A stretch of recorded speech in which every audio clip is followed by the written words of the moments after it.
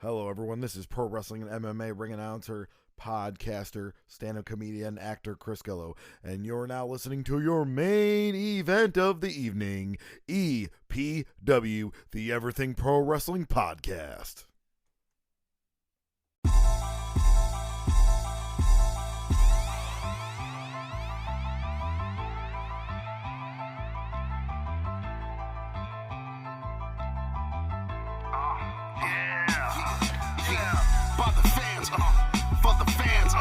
Not many in this can understand. This the podcast to show you who I am. Conrad Cushman, the legend in the plans. Please listen every day to the showcase. The opinions and knowledge that anyone can take. Showing you how it is done. Proving I am number one. What a legend becomes. This is now my time to show you that I am here. This podcast just to make it loud and clear. By the fans, for the fans. Not many who's here can understand everything pro wrestling. It can never be you. Listen to the podcast here for the people. The best show that's here, so listen in. Let the knowledge begin. The opinion and the lesson. Yes. Folks, welcome to Everything Pro Wrestling. Everything Pro Wrestling is a show by the fans, for the fans. I'm your host, Conrad Cushman, being joined today by Hubbard Wrestling Weekly, the founder, the CEO, head of creative, the man, Sean Hubbard. What's good, Sean? What up, man? Yo, listen, Conrad, you already know what it is. It's a blessing, man. A lot of people don't know and don't understand why I talk the way I talk. It's a blessing. It's a gift. It's an honor. But it really is, man. Appreciate you, bro. Thanks for having me. Listen, we're about to get into WrestleMania 38, a two-night extravaganza. We're going to have all the rundown, the previews, everything that's going on with the show, the rumors, stuff surrounding it. We'll get into all of that. Yes, sir. And it's going to be very interesting to hear your thoughts as well in the comment section. Please make sure you give this a retweet, send this out, share it with somebody. And we're going to get into this intro, and then we'll get into some WrestleMania talk. Let's go. Everything pro wrestling, it can never be you. Listen to the podcast here for the people. The best show that's here, so listen in. Let the knowledge begin. The opinion and the lesson. Yes, everyday pro wrestling, it can never be you. Now, never forget, the podcast is sponsored by Manscaped. If you guys go to manscaped.com, put in our promo code EPW show, you guys can save 20% and get yourself some free delivery. That Lawnmower 4.0 does wonders. Look at Marshawn Lynch right here. He knows what's up. He's got it. He's ready. He's talking to mini Marshawn Lynch in this picture. He knows the deal. Put in our promo code EPW show and save 20% off and get free delivery. Also, if you love pro wrestling as much as we do, because there's a lot of it this weekend, go to powerslam.tv and put in the promo code EPW show. You get 1 free month of independent pro wrestling on us. Check out the indie scene if you've never done it before. Why not do it for free? Use our promo code EPW show to do that. Now, some of you guys know Sean because you see him in the comment section often. Sean, I'm going to need you to let the people know where they can find your podcast at. I want to get this out the way early. Let them know what you got going on. It's about to get ugly, bro. You know what it is, man. It's about to get real ugly. HubbardWrestlingWeekly.com. You know what I'm saying? That's where we reside. Obviously, Hubbard Wrestling Weekly on YouTube. The TikTok is really popular right now. I'm at 1.6 million views on TikTok for the hashtag Hubbard Wrestling Weekly. Make sure you check me out. A lot of love, man. Shout out to my parents. Shout out to my girls. Shout out to Six Pack all day. You already know what it is. And I'm happy to be here. HubbardWrestlingWeekly.com. But right here, we are right here right now with EPW. That's what it's all about. Let's get it. Now, I know some of you guys are wondering, where's Narcolepsy Boy 94? You said he was going to be on the show. You promoted him on it. He's going to WrestleMania, and he had to take off a little bit early for this. So I'm not mad at the player. He's going to be there. He should be calling in with some live coverage is what he should be doing, but he's out having fun. So wish you a safe trip, Malik. Have fun with that, brother, and shout out to the rest of the Six Pack. Let's see who is in the live chat, who is here talking with us. We got Ray from Respect the Podcast, Respect the Craft Podcast, saying, what's good, Ray? Yes. Chad is also in the house joining us. Chad Schrader, what's going on, brother? Who else? Azan, chanting EPW. Rob yelling well to us. Are you saying well to me, or are you saying well for a different reason, good sir? I'm confused. Because you know what we have on the podcast. Now I know you've listened before, Sean. Yeah. You know the favorite well. No, I get it. I get it. Well, it's the big show. Everybody's favorite soundboard. And hopefully Derek's listening because I know he just shook his head. Mm-hmm. Melinda Ford. Melinda, how are you? Good to see you in here, Melinda. Thank you for joining us. Rob said, can't forget the sponsors. Never. Can't forget the Bev, Rob. You know how it goes. Matt Lopez in the house. What's good, Matt? Mox versus Biff was awesome. All right. Connor's in the house as well. What's good? Connor, what up, man? Let's see here. Ace saying what up to Sean as well. What's good, Ace? Modding it up in the chat. Suzuki is wrestling on ROH Super Card of Honor. I did see that. And they've also added Ninja Mac versus Tully Blanchard's Mystery Man. Interesting. We got a lot to get into, but we can't waste any time. WrestleMania is here. And before we do, I kind of want to just jump into the Hall of Fame stuff real quick, Sean. Just get your thoughts on these people. I don't have graphics for this. This is what was holding us up before the start of this. For some reason, I can't get the graphics to load. Why? I couldn't tell you guys. But we know who's the centerpiece around this year's show. It is the man known as The Undertaker. He is on your screen right now. No matter what you think of him, The Undertaker's legacy in pro wrestling is one that I don't think we will ever see someone be able to replicate again. Just showing how times have changed and everything. But Sean, I wanted to get your thoughts on The Undertaker being the headliner for the Hall of Fame this year. You know what? It's really an open and shut case. For me, there's been a lot of debate about whether or not he's top 6 or 7. He is in my top 6 or 7 to ever lace a pair of boots. It was just a matter of when he retired. Whenever he decided to hang it up, the following year he was going to be in the Hall of Fame. It kind of worked out a little bit later than it would have because of the 2020 pandemic and everything like that. But he's right where he deserves to be. Undertaker is no less than a top 6 or 7 competitor to ever live, and this is well deserving. Much respect to the Undertaker. For sure. Let's see here. Melinda, not good. Melinda, prayers up to you. Keep your head up. If you need something, reach out. Let us know. I saw that you had mentioned that in another stream, so praying that you get healing. Jason Peace also in the house. What's going on, Jason? Thank you. Matt Lopez clapping it up for Undertaker. Everyone deserves to be in this year. Besides one person. I think I know who you're talking about. And I guess we'll get into that next. Azan, you're leading the conversation with us. Queen Sharmell is also going into the Hall of Fame. This is the one where everybody kind of went, I don't know about that one. I mean, she was with Booker T. What do you think, Sean? Is that a Hall of Fame worthy induction? Well, you have to understand that there's a lot that goes into the Hall of Fame in WWE. You have to also consider it the WCW Hall of Fame as well. And she was one of the inaugural Nitro Girls, which was a big thing for WCW. Obviously, she was the valet of Booker T, her husband. She was also the valet for the former World Television Champion, the artist formerly known as Prince Iaukea. She's done a lot of things, you know what I'm trying to say? So it's not as if she is undeserving. It's a little bit eyebrow raising. It's not as eyebrow raising as the ridiculousness of certain people being in the Hall of Fame. Bella Twins. But you know, I'll talk about that another. I had a little cough, a little tickle. But Sharmell being in there doesn't anger me. Let's just put it that way. Mm-hmm.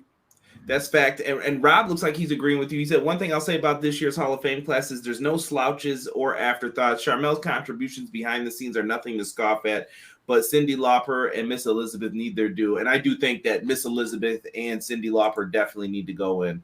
Yes, sir. Moving on with who else is getting put in. We got Vader finally going in.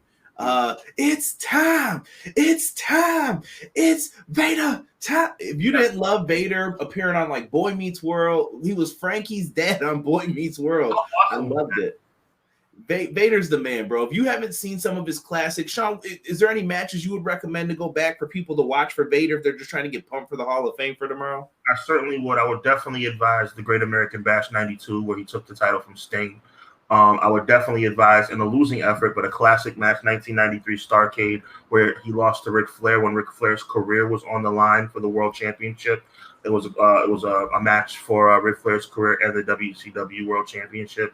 One thing I'm going to talk about how we got robbed of a particular match. 1994, Ravishing Rick Rude was on the verge of a face turn. It would have been the first face turn of his career when he was going to defend the WCW International World Title against against Vader at Slamboree 1994. All the vignettes, all the promos had been taped and ready to go all the way up until the Saturday night before the show.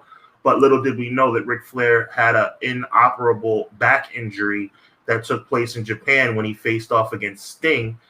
Google it if you're not too squeamish, and that ended his career. But Rick Rude was literally on the verge of his first ever face turn, which would have led to I think would have been an epic feud with Vader. Vader, in my opinion, the second greatest big man to ever do it. So big shout out to Vader. God rest your soul. Yeah, and if you don't know, Vader was a monster in Japan as well. You just have to check out Vader's WCW run. Don't just look at the WWE stuff. He was really something to behold. Facts.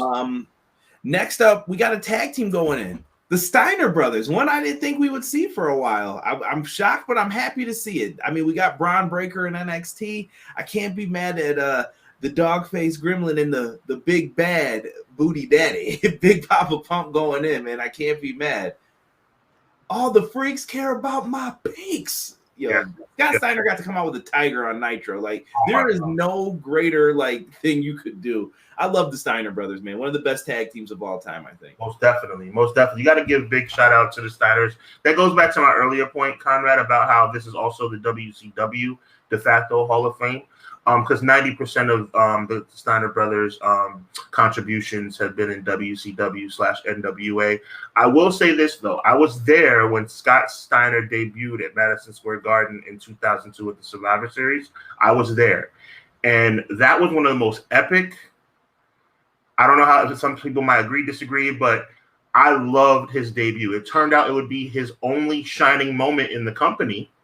That's pretty sad. His debut in 2002 at the Survivor Series, make sure you look at it on the network, was absolutely phenomenal. Unfortunately, it became his only moment in the company that actually was relevant. But of course, for his WCW contributions, it's an easy fix. And Rick Steiner was awesome as well in WCW. I don't think he ever made it to WWE except for that short stint in 93. Yeah, 93, 94. They had a good feud. They even wrestled PCO, a young PCO, when he was in the Quebecers. So check out the Steiner stuff. Some of their best matches, too. I'm trying to think of some good ones. Like, I think they wrestled Sting and Great Muta, Sting and Luger. You'll find some classics against Doom as well. Ron Simmons and Butch Reed. The Steiners got bangers, man. The Outsiders, Harlem Heat. It goes on and on and on. Check them out. And last but not least, Shad Gaspar is getting the Warrior Award. And I think Shad Gaspar 100% deserves this. Nothing but love for that brother, man, for the sacrifice that he made for his son. And we all wish he was here, but I'm glad to see him being honored this weekend as part of WrestleMania. Truly, truly missed. Obviously, his in-ring career was good. But he, as a human being, and the sacrifice that he made as a father is something that both you and I, and I'm sure, all the fathers out there can definitely understand and appreciate. God rest his soul, and very classy move on WWE's part to bless this young man after his life has been unfortunately cut short with this Warrior Award. It's much deserved and very classy. That is true. We're getting to some comments that we'll get into our predictions for this show. Melinda Ford said we need some Steiner math. Well, if you do half, 50% man, and then my opponent's 25%, and then that's 75, mine carry the two, and Fat asses. Scott Steiner is great. Ray said them giving him a live mic is pretty scary. And Ray, I detect no lies, good sir. That is a pretty scary thing. Azan says the Steiner brothers are Motown proud. They are. They always rock the Michigan jackets. Definitely. Rob said Vader had some bangers in Japan after WWE. Wish we could have got Vader versus Brock in the early 2000s. Could you imagine? Wow. That slugfest. People are saying Miss Elizabeth definitely deserves to be in. Vader in WCW was a beast, Matt Lopez says. E said took out Matt Hardy version 1 and Christopher Nowinski, Raw and SmackDown fighting over Steiner as a hot free agent. That's what I'm talking about right there. That was some good stuff. Vader versus Cactus Jack was pretty physical AF. Mark Reviews, what's going on, Mark? What's up, Everything Pro Wrestling? I'm in the house for a little bit. Let's talk Mania for sure. We're about to get into that. Rename the Warrior Award. Hellwig was trash. I mean, a lot of people have said name it after Shad Gaspar. I'd be down with that too. You could have multiple of them. Rick Steiner was my main revenge. And Scott to this day is the biggest pro wrestler I've ever met. Yeah, he is. Scott Steiner's actually really nice when you meet him. I've met him before. Oh, that's what's up. I wouldn't have guessed that. That's cool. Yeah, he's a nice dude. I'll tell you the story another time, guys, when he embarrassed all the women in Buffalo. No, I'll tell it now. You know what? We got to honor him now. Scott Steiner was in TNA, and he was a heel at the time.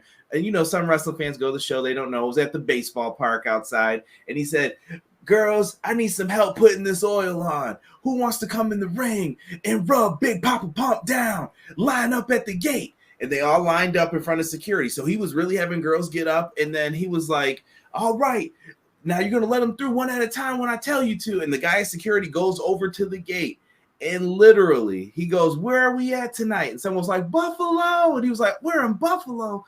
No Buffalo skanks are getting to touch me. Oh, you sit back down. Greatest heel heat ever. And I met him the next day. And he was like, that was pretty funny, wasn't it? Wow. Great heat. He knew what he was doing. To get people riled up. And he was talking about like stuff for his house when I met him. He was cool. Such a nice dude. That's what's up.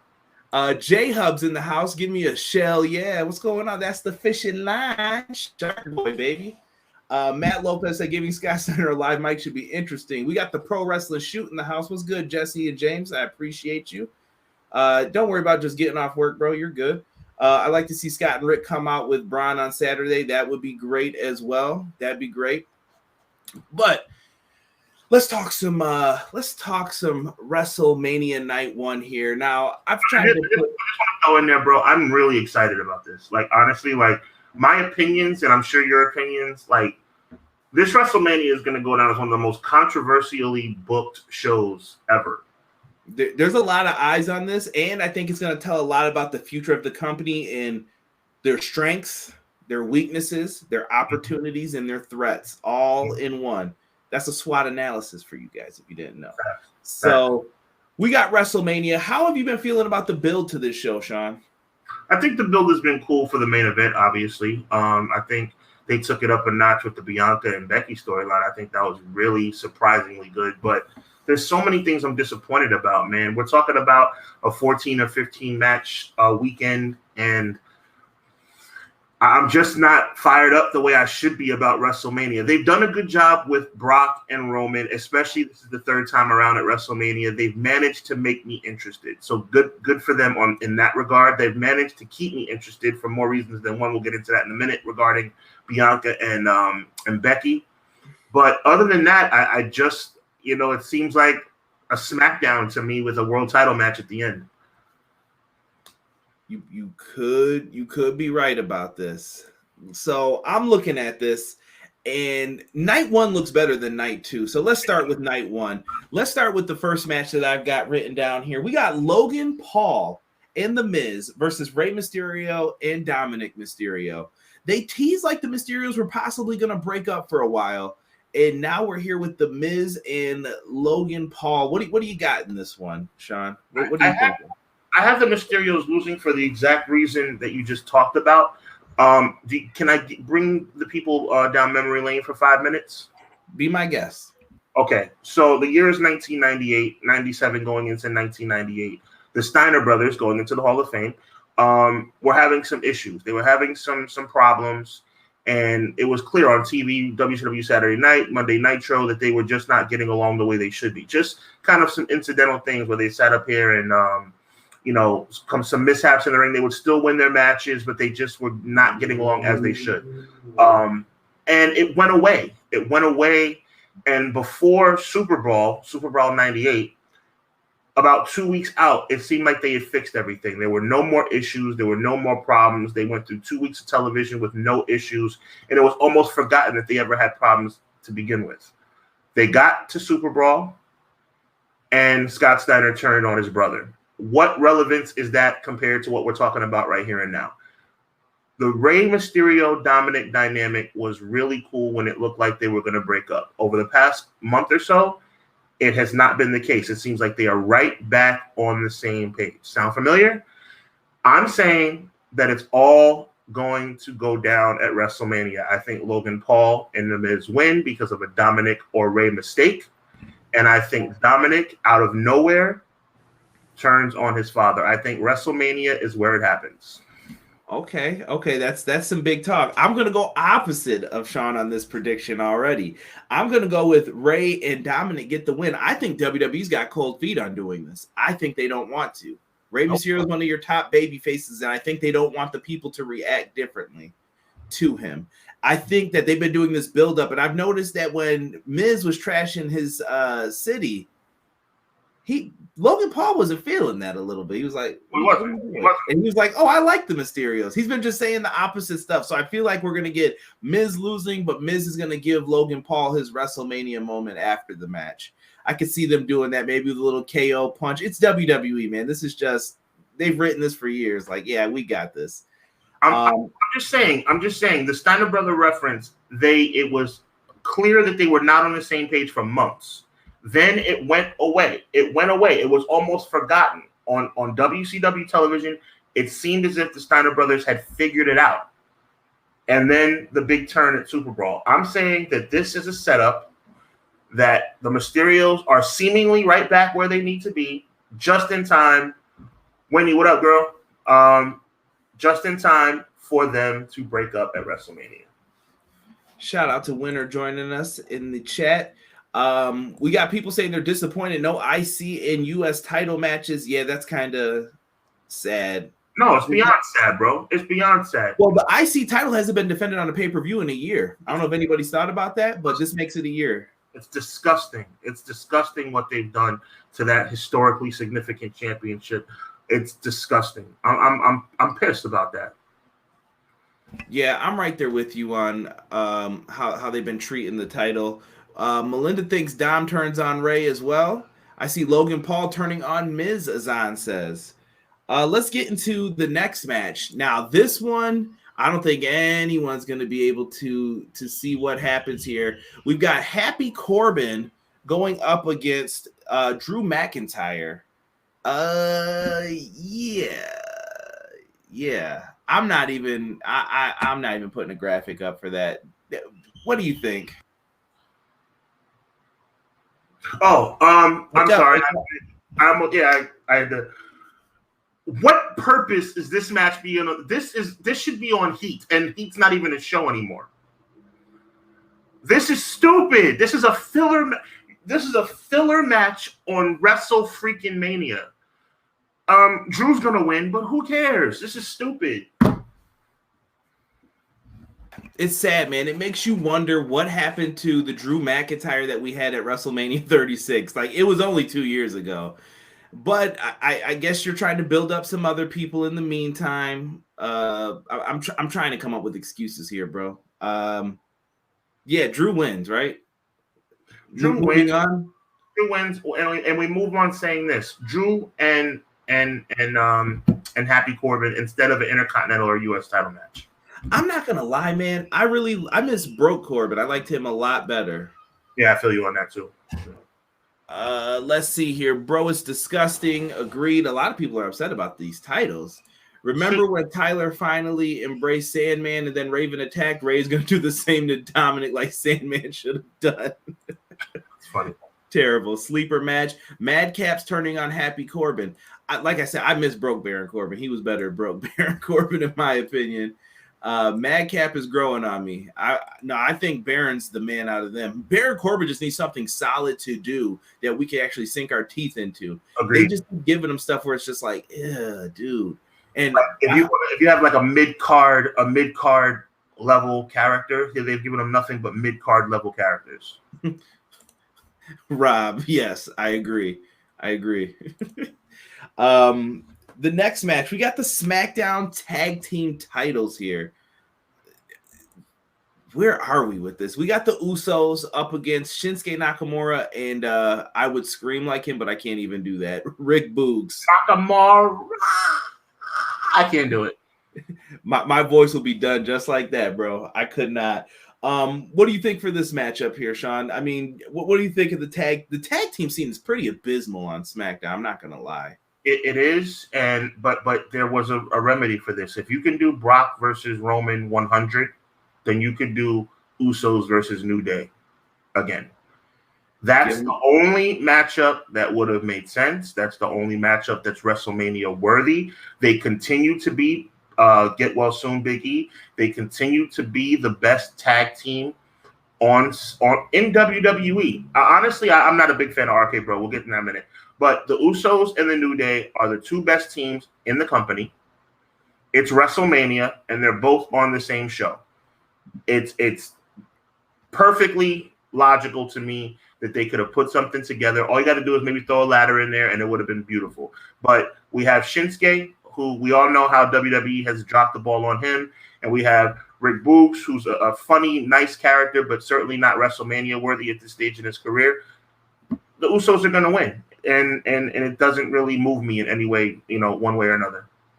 Yeah, I feel like the Usos are going to win. It's weird because Nakamura was the champion for the better part of that Intercontinental title reign that we're talking about, where it wasn't even defended. Right. Crazy. J-Hub said it's crazy. I thought Drew was going to SmackDown to challenge Roman. I think he is still. I think now they're trying to build guys up to challenge Roman, and they're trying to get Drew back on that train a little bit, and they're trying to elevate others while doing it. Good points, though, J-Hub. Wes is also in the house. What's going on, Wes? Drew were out as welcome with me a while ago, so go Corbin. Queen of the Indies has joined us. What's going on, Queen? Thank you so much for hopping in here, Tiff. Usos retain next. Yeah, man. I mean, do you see that already, bro? I mean, you're an educated guy. You're a student of the game just like I am. That's two matches back to back where we're like, Drew wins, Usos win next. Yeah. This is WrestleMania, bro. This is Wrestle-freaking-Mania. Well, going back to the old days, they used to have those filler matches too. You know that. You know what? Texas Tornado versus Dino Bravo. Hercules Hernandez and Virgil. But you know what? It doesn't bother me as much as this. It doesn't bother. Those matches didn't bother me as much as these do. Shinsuke and Boogs versus the Usos is terrible, and Corbin versus Drew is worse. All right, let's see if we can find something to sink our teeth into here. Please. Let's talk the Raw Women's Title match. We got Bianca Belair versus Becky Lynch. Now, some people may say WWE didn't plan this long term. Some people are going to say this is a happy accident. Some are going to say, yes, they did plan this since SummerSlam. Whatever it may be, we've done the right thing is all I'm going to say. I'm happy that we're at this point and we've done the right thing. There's only one more thing needed to do the right thing. Oh, and I didn't pick for that last match. Give me Usos as well. Okay. For this one, though, the story's been pretty good, right? I mean, from the losing, Becky's been the most dominant champ. She's always been champion since WrestleMania 35 while being active. They've been trying to tell that story with it. They did something scary this week. I got nervous when I saw her pull out the scissors to cut hair. And I was like, you cannot do that to Bianca. If she loses the braid or you cut it, you've ruined her. Yeah, it's over. Yeah, I agree. For this one, listen, my answer is simple. I've been saying this for months. Bianca Belair has to get the championship back. I don't know how the people are going to react to this in a couple months, but I think they will pop if she can beat Becky Lynch on the big stage here. This is your show. Do I have the floor? You got it, bro.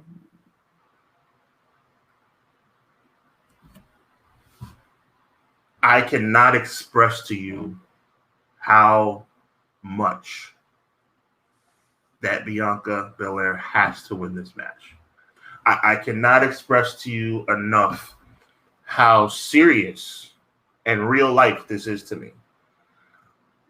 You know, Kofi Kingston versus Brock, the first SmackDown on Fox, Bianca and Becky at SummerSlam. There have been things that have happened that have just not been right from an operational and humanistic standpoint. We all know this is predetermined stuff, but the politics in the back are very, very real. They could have derailed Bianca's entire career by what they did to her at SummerSlam. Now they have brought it full circle.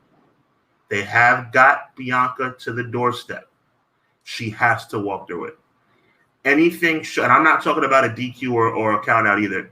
Anything short of Bianca walking out of WrestleMania as Raw Women's Champion would be a complete injustice. Bianca wins because Bianca has to win, period. Okay, I'm with you on that, bro. 100%. It sends a horrible message if she does not win, like you said. Matt Lopez says Bianca versus Becky should be match of the night. Azan says, I'm glad Alexa is not in the Raw Women's Championship. I hope Bianca pulls a repeat, and I'm assuming he's talking about winning back-to-back Manias. Right. Alexa does not have a match stake. She's not on this card, and that's left some of her fans scratching their heads.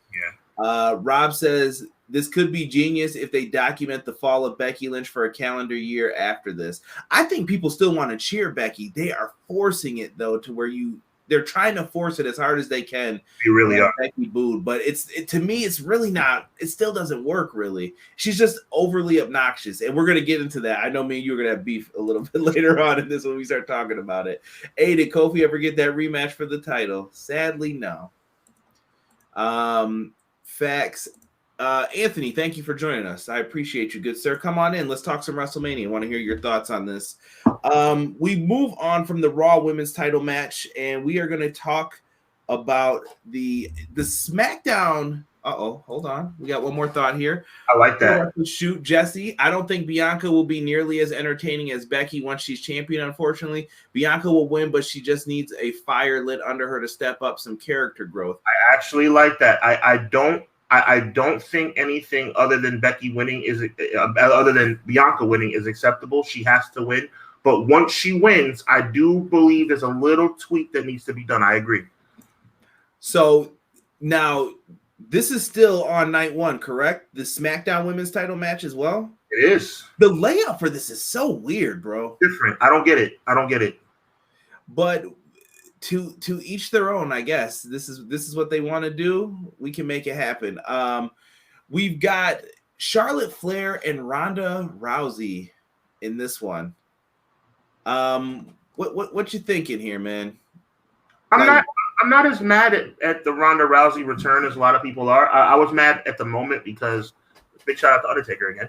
I wasn't mad at the Ronda return. I was mad at first because I thought she took Bianca's Royal Rumble win that I thought was kind of going to be hers back-to-back years, but it all worked itself out on the Raw Women's title end. On the SmackDown end, Ronda's been doing good since she's been back. I like her. Charlotte is being who she's supposed to be, an annoying, overbearing heel. She's doing her job. I'm not a big fan of all the title shots. I'm not a big fan of the fact that she's up to 12 now, and it seems like they're making a concerted effort to give her 16 like her father, when I don't think it's as deserved. But we are where we are. We're at WrestleMania. I think Ronda wins. I think Charlotte wins it back. I think Charlotte's going to get 4 or 5 more championships, and in order for her to do that, she's going to have to lose from time to time, and I think one of those losses come on Saturday night. I'm going to tell you guys my honest, truthful thoughts on this. Like, dude, the bill for this match has sucked. I'm not going to lie. It's been horrible. It hasn't been great, but you think it's been horrible? Horrible. Like, when they were talking about that this was going to be the main event, I agree with so many people when it was just stated, like, you don't deserve to be the main event on night one. And I stand firmly behind that. It's not necessary for night one. And And in this, I'm not the biggest Charlotte fan of the 4 horsewomen. I don't know what it is with her out of all of them, but everything just feels so and I'm just like, back off. I think Sasha's just as good. And you see where we are right now with that. We're in a sad state of affairs, we'll just say, wondering why is Sasha not in a better position, a better spot. We could be here all day arguing that stuff, but I don't know how to feel about this. What do you think, Sean? I don't have a problem. I have a problem with big shout out to Derek Hubbard. It's my pops. Big shout out. Appreciate you, Pop. Real talk though, I don't have a problem with the Ronda dynamic. I don't have a problem with the Charlotte dynamic, but it needs to be taken in doses, bro. It needs to be taken in doses. Charlotte has been forced down our throat for a long time. You know, the fact that I still have a little, resentment about the fact that she was plugged into that main event at WrestleMania 35. So, and it continues to be the case. Now, I will disagree with you on one end. I thought all along that the women's title was going to be the main event because I thought that WWE was doing this 2-night format in order for the women's Royal Rumble winner and the men's Royal Rumble winner to both be in main events because they won the Royal Rumble. So that was kind of like cool to me. That didn't bother me at all. But, I mean, again, I think Ronda wins. I mean, are we saying that we believe that Charlotte is a little bit too much and too annoying? Agreed, but at the same time, she's not annoying. The push is annoying. Okay, agreed. I agree with that. But as far as a character is concerned, even though it does make me want to throw up every single week, Charlotte's doing her job. She's paid to be an annoying, overbearing, conceited heel. She's doing her job. I don't like it, but it is what it is. Okay. I listen, I can give enough of that. I just think for these two, the platform they were given, I don't know who begged for this match. I don't know who asked for this match, but you got what you wanted now. And I personally, I'm just going to say it, bro. I think it's been pretty lame. It's been pretty lame what they've done thus far with these two. Let me see here. Pro Wrestling Shoe said, I like their first match at Survivor Series 2018. Showing up the shrug. Ronda should have been a heel. I feel she wanted that. That is a great point. She comes out and there's just no emotion. I'm just like, dude, you're reading lines. I can feel it, like just coming off of you. Brother, the problem is with this, and you're, like I said, I can't stress this enough. You're as big a student of the game as I am. You study this stuff. That's why we're not just fans, we're journalists as well. You can't have a comeback and expect to be booed. Nobody comes back after an extended absence who's of any significance gets booed. Unless it's somebody where the fans, and I think we'll talk about this later on too, unless it's a situation where the fans expect somebody else and then it turns out to be somebody else, if that makes any sense. Then that person gets booed because they're not the person that they were looking for. But in the situation with Ronda Rousey, what kind of reaction did people think the WWE think she was going to get? When she came out at Royal Rumble, nobody was going to boo Ronda Rousey. Everybody was happy that she was back. And as they should be. Like, Ronda at the Rumble was fine. It's just it's the build. It was just the whole build up and what they did with some of that. And you were just like, dude, you got to do better than this. Okay. But we'll see what happens. Maybe they'll show up and impress me. I just don't see anybody coming up and saying, you know what makes me mad about you? I'm calling you out on your own show. Go ahead. What makes me mad about you is that this is how it works, bro. And for some reason, you got to talk more because there's something inside you that you're not saying. Why does this thing not sit well with you? There's something to talk about because I don't. That's not the Conrad I know. There's something about this set scenario that doesn't sit right with you when you haven't said it yet. Because they put these two on a platform to show up and show out. We heard so going back to Charlotte and Becky, they're acting like they're Brett and Shawn. All right, we're gonna go back to the Becky Charlotte thing. You're Brett and Shawn. You two are talking like you're the biggest two. Okay. You're both not even main eventing your night of WrestleMania. Cut it out, both of you. Okay. And I'm more invested in the Becky Lynch match than the Charlotte match. True. Why is that? I should not feel this way. Okay. And for Ronda to come in and get a spot and you got rid of all these people It's disappointing. I said it. It's disappointing. I just wanted you to unleash, man, because I felt like you were holding it in. I was holding back a little bit. You didn't like the parking lot fight? It was all right. I liked it 3 years ago. Mr. Hubbard, Derek Hubbard says, I think Ronda wins. Ronda can be great. She needs to mature in the wrestling business more and definitely stay off the mic. But I feel Ronda doesn't need to be on the mic. Not every character needs to run promos. I can agree with that. Only reason I'd watch Mania is for my hero. If she was a heel, Paul Heyman could have been her manager. Facts. I think that would be a better move. Ronda thinks she's main event in night one when we all know Austin and KO is the main event. Anthony said, my prediction, Landago debuts as a babyface and helps Ray and Dom win against Miz. Oh, you must be far back. Bro, Sasha gets injured too much. I think she's great, but as a business, you got to go. Is Sasha injured right now? She's not injured. No. She's healthy. No. But you know what I do hear Sasha saying? What's that? I like making movies. You better start talking right quick. Wow. Or you're going to talk yourself right off of TV. Yeah, if you smell out what I'm cooking, it's happened before. Yeah, Be right. smart. I want Charlotte to win just because it seems like Ronda's over there. Yeah, and I also don't like Charlotte juggling the championships around. Yes, get heated, Conrad. Agreed about the build. And people are asking, where's Bayley? I think we'll soon hear what happens to Bayley. I'm hoping. I'm surprised she's not back yet. It'll get there. I think it's coming eventually. Let's get into the main event here, though, for this night. The main event. We've got the KO show. Kevin Owens. Woo! He's coming in with the Texas Rattlesnake, bro. Whatever. What do you mean, whatever? Whatever. Now I'm about to get on you. So tell me, all right, how are you feeling about this?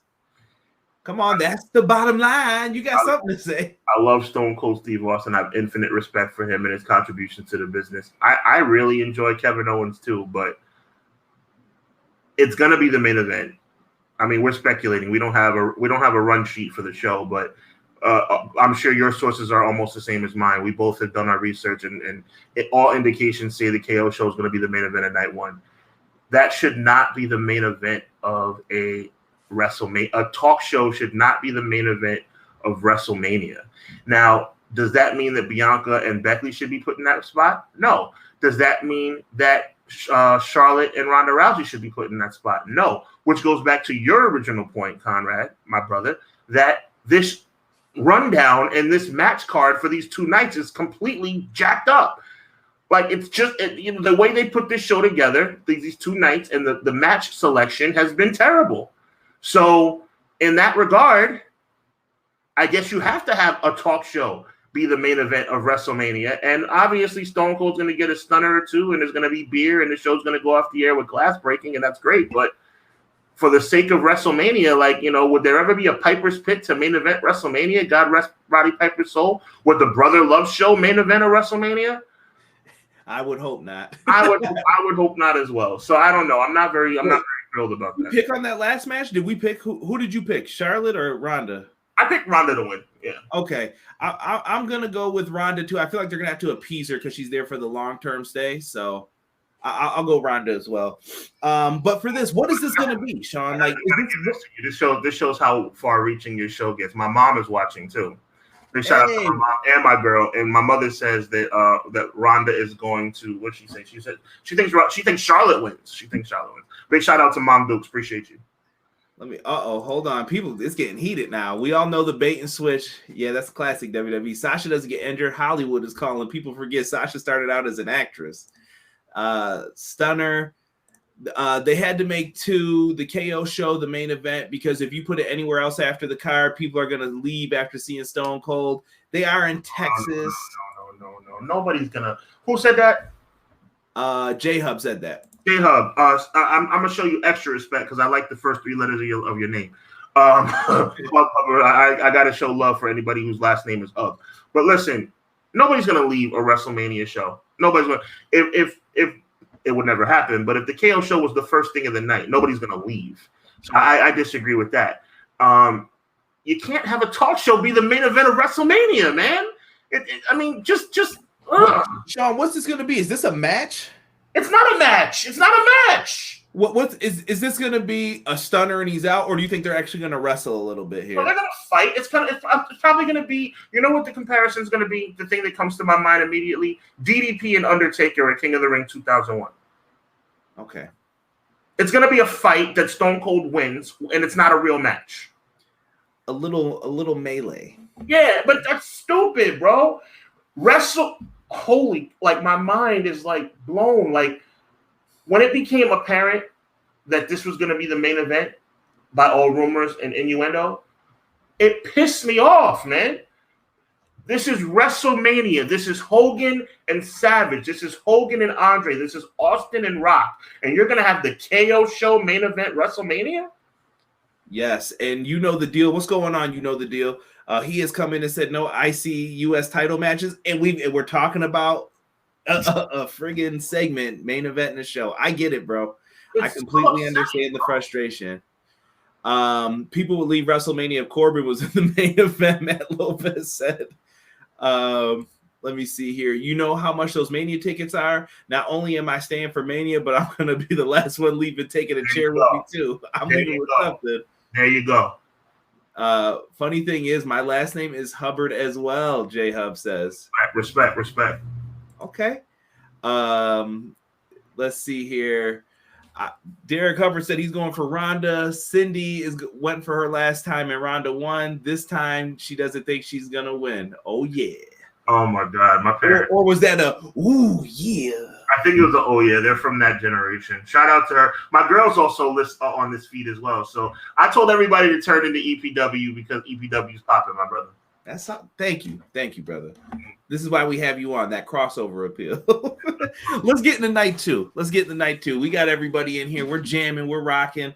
I will say KO's going to eat a stunner. That we'll leave it at that for the prediction. Yeah. Getting into night two, I got to pull up the format here so I can remember what's going on. All right, let's get to what WrestleMania I feel has always been all about. Mm-hmm. Let's talk about Sami Zayn versus Jackass's Johnny Knoxville. Right. Johnny Knoxville's somewhat of a celebrity, we'll say, and he's got a movie out. I don't know what this match is going to be, but I know Johnny Knoxville has suffered some pretty bad injuries to the head. Mm-hmm. They're going to have to be extra careful here. But I think Sami Zayn is gold, bro. Sami Zayn has been gold. I think he's a great character, and he's proven. Because when they first turned him heel, bro, you know me. I was the first one like, no, this is not going to work. This is absolutely going to be bad. And your first inclination was correct. No, I think Sammy's done all right with this. Now, it's getting a little long in the tooth, the whole conspiracy thing. Where are we going with this? I like him better as a babyface, I will say. I think he's a better wrestler in the ring when it comes to that. But this is what WrestleMania is about, is it not, Sean? Celebrities, wrestlers, mixing it together and trying to do something. What WrestleMania is about in theory. It's what WrestleMania is about traditionally.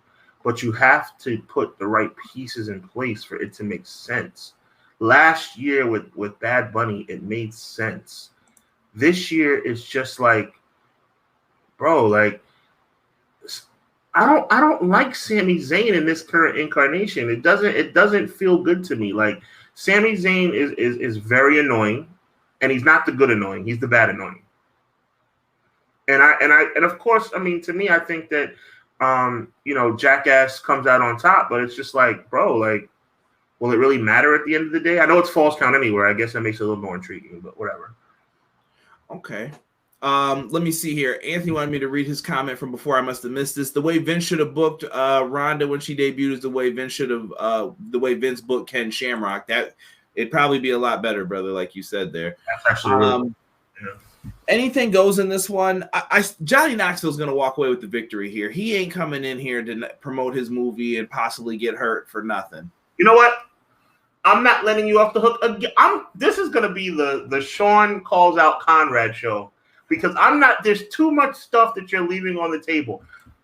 Now I'm challenging you to explain to your millions and millions of fans. By the way, your show is popping. Look at all the comments. Big shout out. Appreciate y'all. Sami Zayn? Sami, Tell me what's good about Sami Zayn. You know who's better than Sami Zayn? You know who's more entertaining than Sami Zayn? Chad Gable. I'm feeling Chad Gable right now. Okay. Listen, I got my list of people that I love right now. But Sami Zayn, bro. I think Sami Zayn has come up with some very innovative things. I love the ladder match with Jeff Hardy, and he handcuffed Jeff Hardy's earlobe to the ladder. Genius. Because I was like, how are they going to get out of this? And once he did that to Jeff, I was like, oh, he's got this, bro. He's just so great at being a slimy heel, and he always gets his, you know what I mean? And him and Brock were great doing comedy together. Things like this work. I just think Sami has fit into positions that I didn't think he would fit into before. I'm like, there's no way. He's funny. He can wrestle. He's good. He can work with your main eventers. He can work with your lower card guys. Sami has been doing this for so long that he is that darn good. And that's why I respect him. And I think they trust him in there with Johnny Knoxville. And I think Johnny Knoxville and him are going to have a match. Some shenanigans are going to happen. And I think Knoxville wins. That's where I'm going to leave it. And I think that you know that I respect you enough to leave it alone because of one reason and one reason only, because I respect you. Because I disagree with you vehemently. You're getting a lot of thank yous in the chat. I don't know if it's for getting me fired up or for what you're saying about Sami. Yes, AD. Like, I'm trying to get this man to. There you go. That's entertainment right there. That's entertainment. Shout out to but AD. Yeah, I'm trying to fire him up because it's like I know that this guy.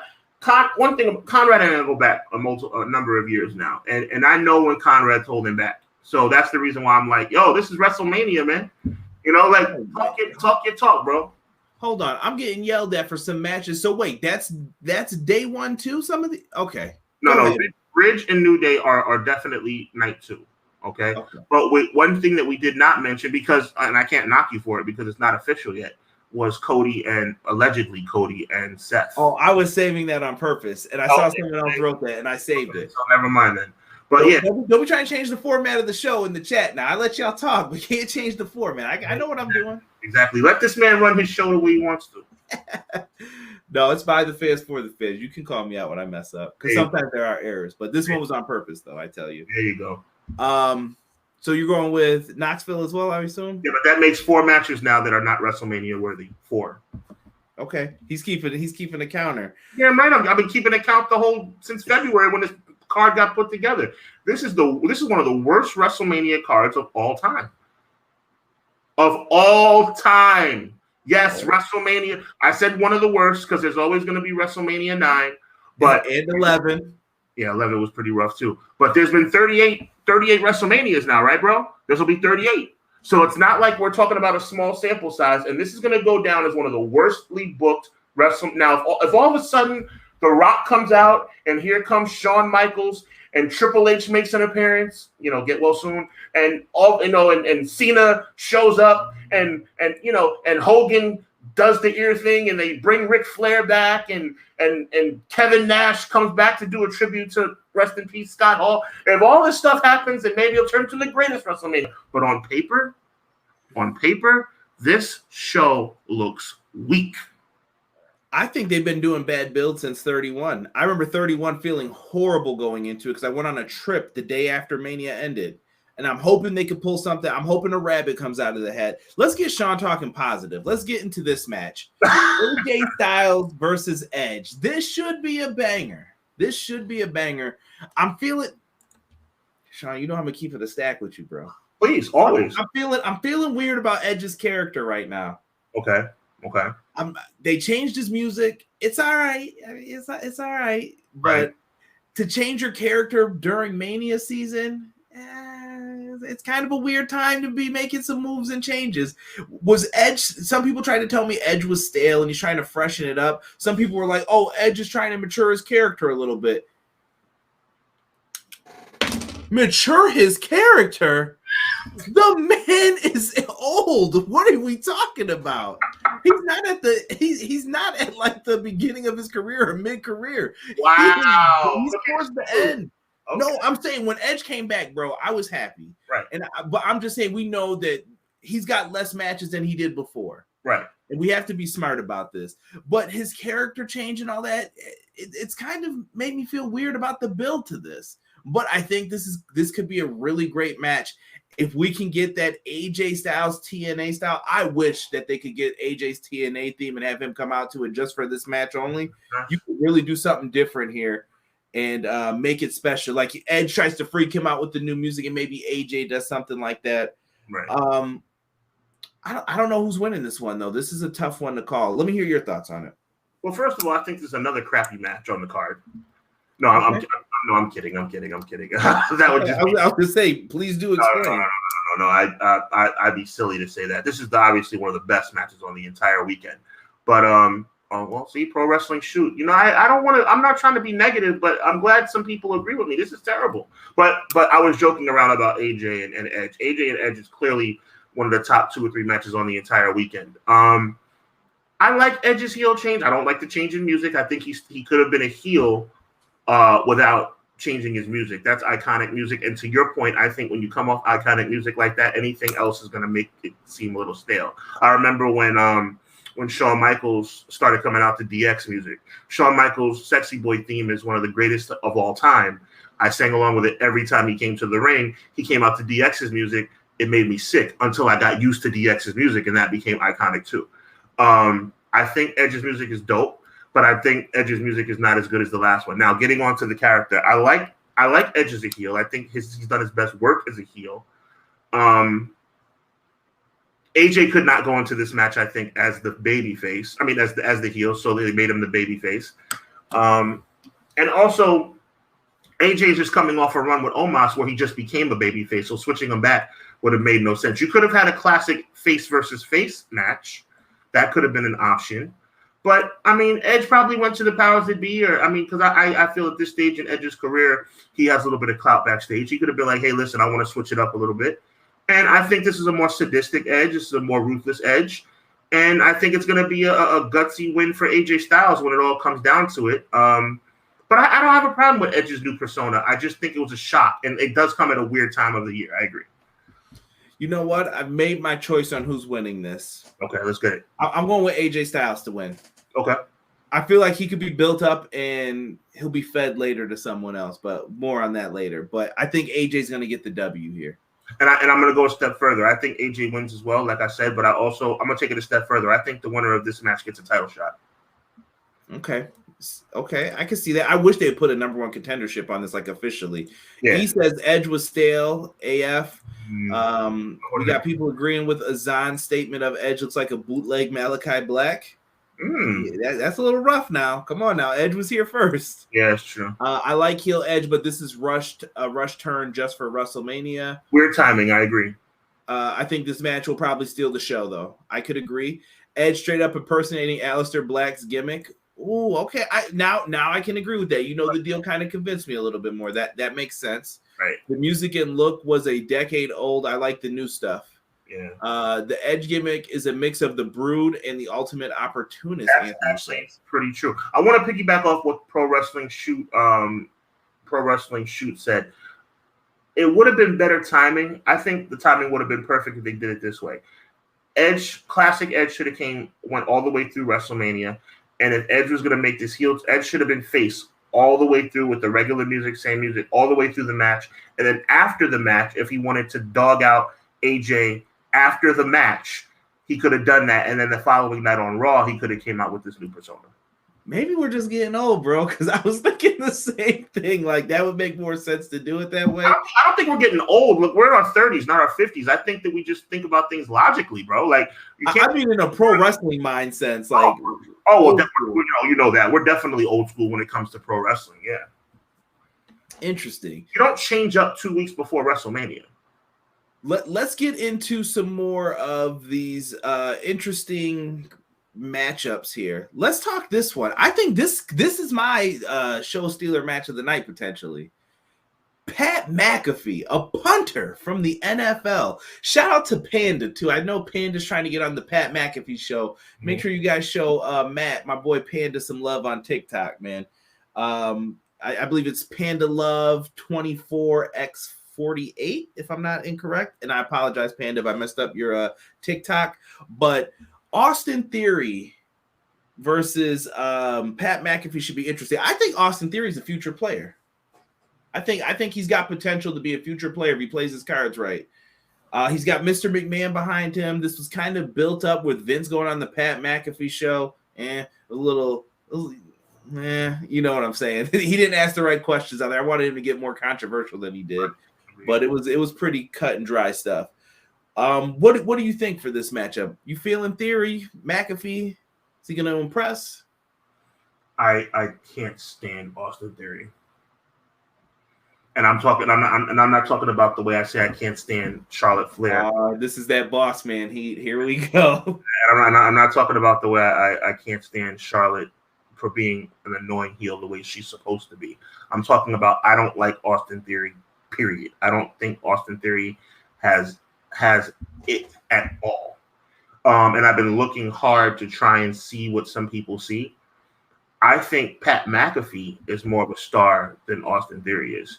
And if you go back to NXT TakeOver where he had that match against Adam Cole, where he stole the show and shocked the world, Pat McAfee's a real athlete, former NFL player. I know we don't automatically think NFL when we think, a super athlete when you think about punters, but he's still an athlete. He's still a professional athlete.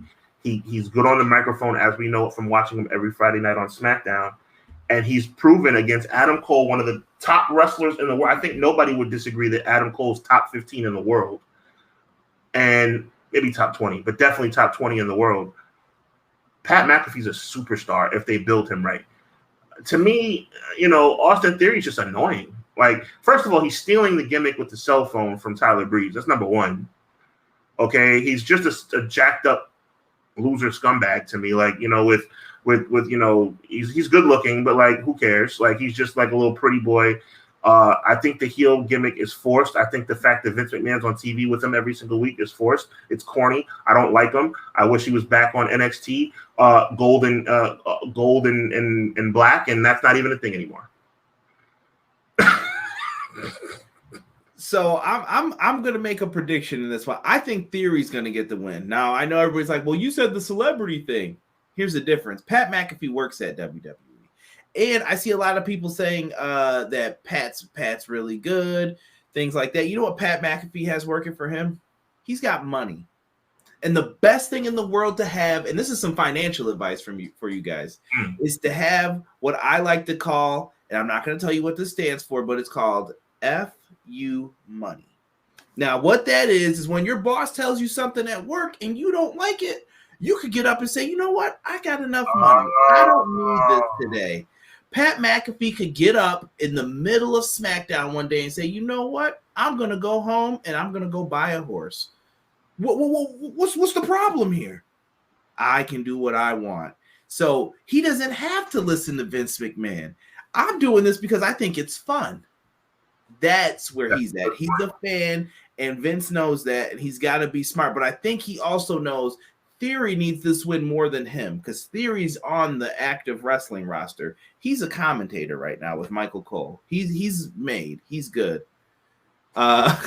It did hurt a little bit when he said that because I was a big Tyler Breeze fan. I know that Tyler Breeze comment hit hard. Yeah, Vince is on a decree right now. Everyone has to have a gimmick and things to sell with toys. So he's back in his 80s mind state. Very, very corny. Very corny.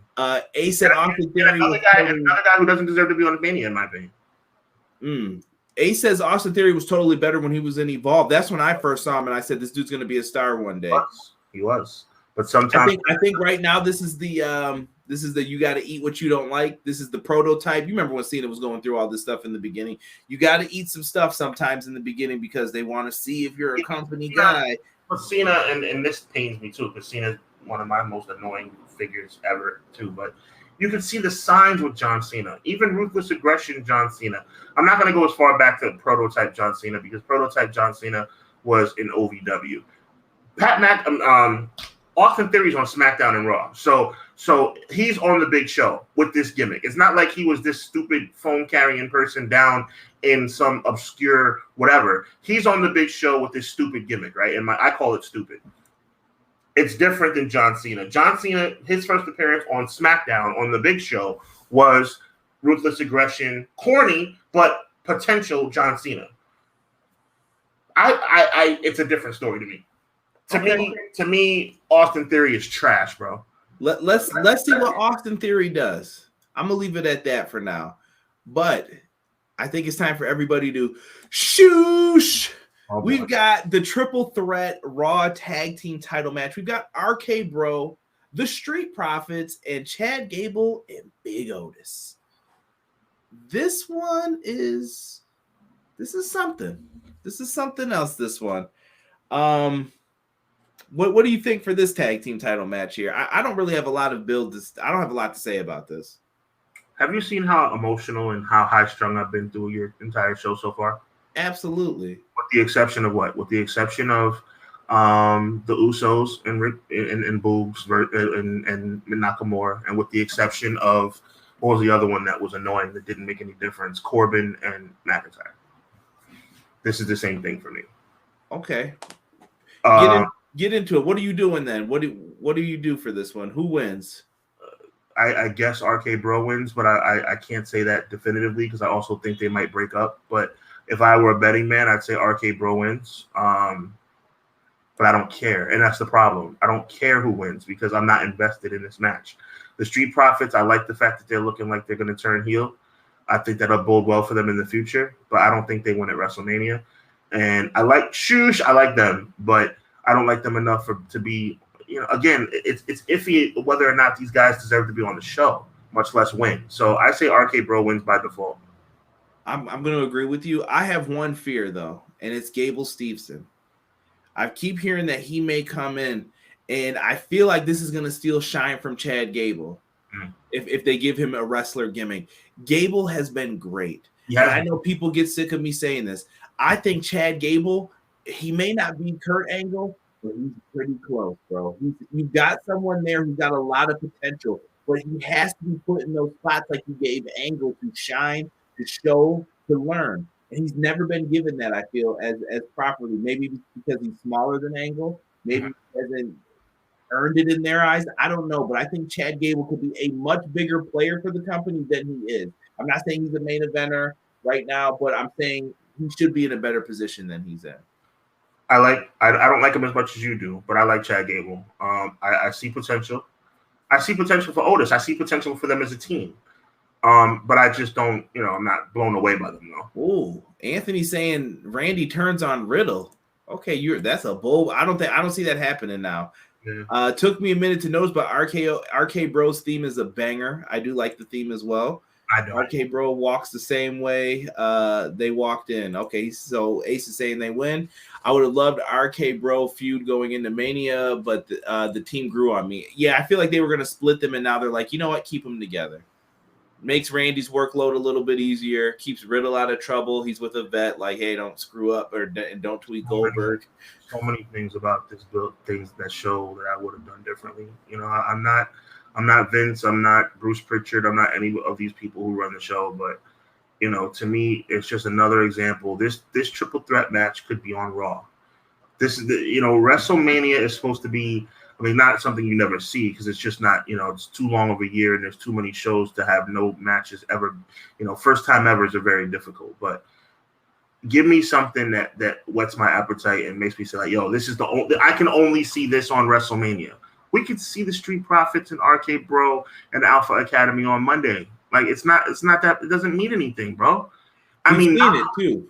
Huh? We've seen it probably. I think that's been a match. Isn't that how they won the belts? You know what? You're probably.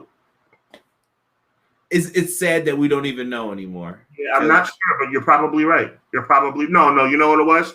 They won the belts in the match against No, yes, it was. That was a triple. Yes, exactly. That makes it even worse. That makes it even worse. And again, I can't stress that. I know I'm going back on the card again, but the Nakamura and Boogs versus Usos thing, we can see that on SmackDown, bro. Like, we can see that on Velocity. We can see that on Heat. Like I said, those shows don't even exist anymore. And I'm pretty sure they've done some one-on-one matches with that as well, which is another sad piece. And let me throw this out there too. Let me throw this, and I'm going to continue working if you don't mind. Can I throw this 2 cents in here real quick? Go ahead. I'm going to focus on the tag title matches, right? I'm gonna extract Montez Ford, Randy Orton, Riddle.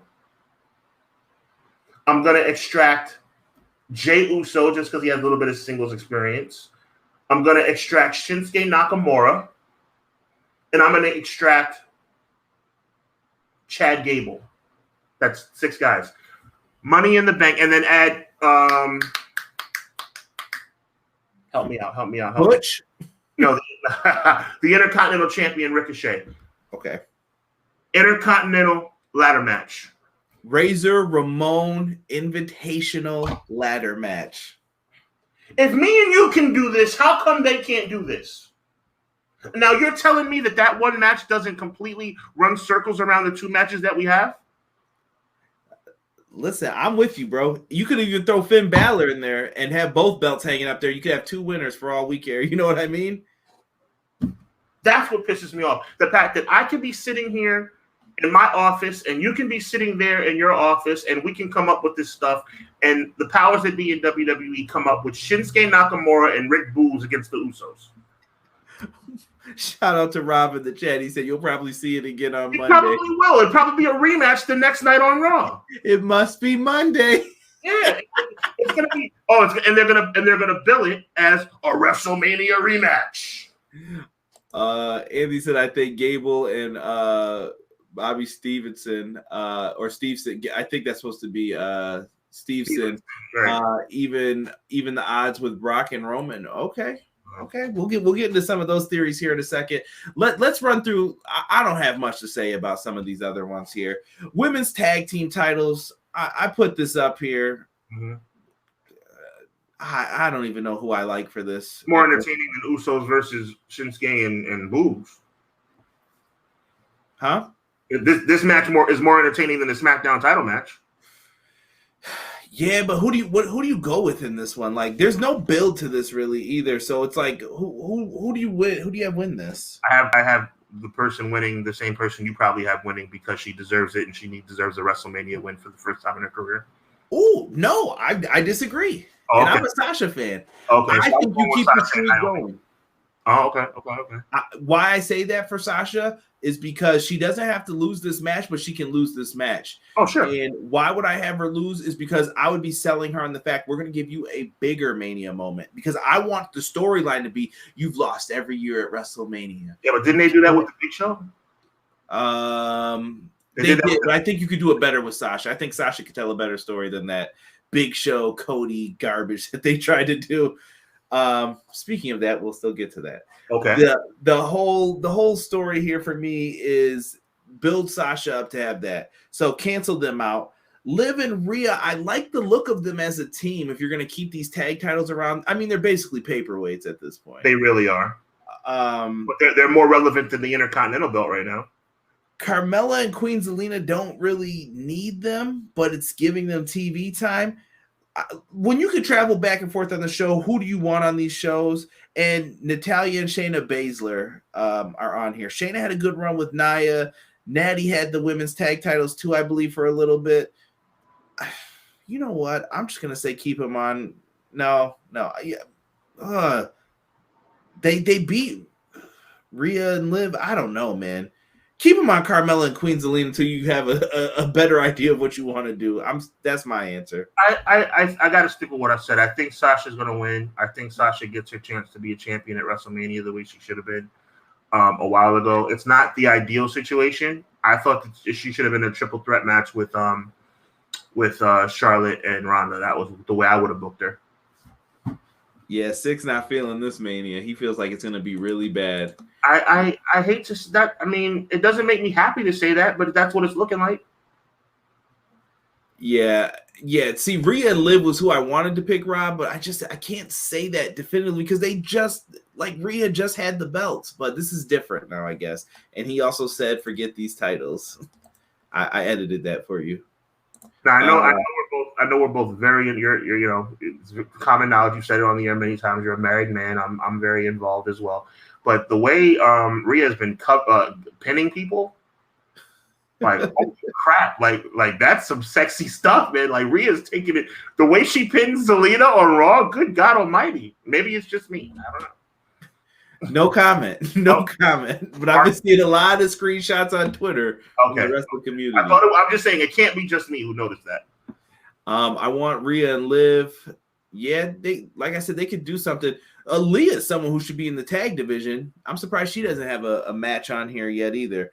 But are they doing a women's battle royal as part of WrestleMania Smackdown? No, they definitely need to have a sensational invitational eventually. Oh, but I don't think they'll do that for Sherry. Sensational invitational. That's freaking brilliant. See, this is what I'm saying. How come stuff like this is? We should be booking WWE like that. Just they need to sign us to book the shows.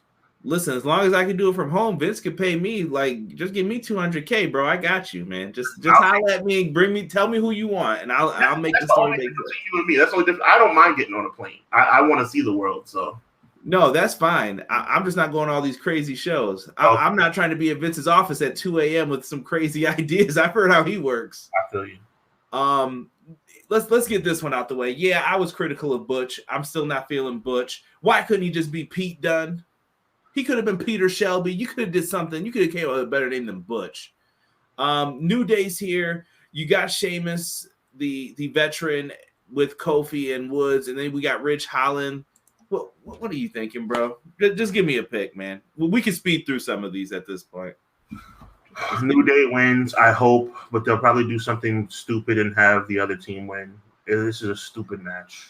I feel like they're going to try to establish the other team. So I think Butch will end up interfering and giving them the victory. So another match that could be seen and I know I joked around about Heat and Velocity, which are no longer shows, but I mean this from the bottom of my heart. This match could be easily on the main event.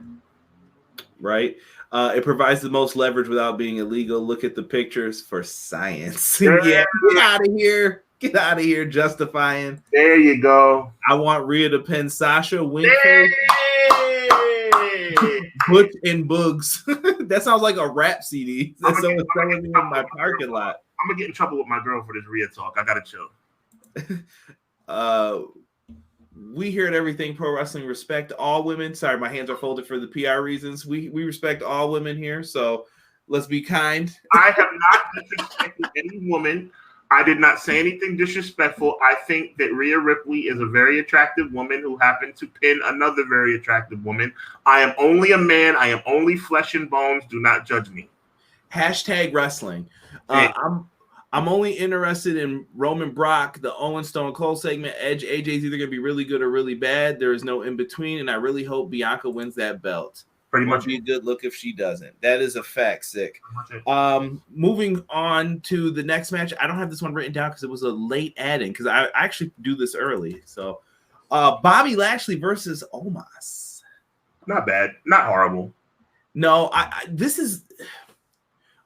Omos is by himself now. This is his chance to shine. He's got to do something here. He's got to do something. You got to impress me. I think he needs to bust out a move from the repertoire. I don't know what that is. I don't know if it's a power bomb. I don't know if it's a tope suicida. Right. I don't know. Something.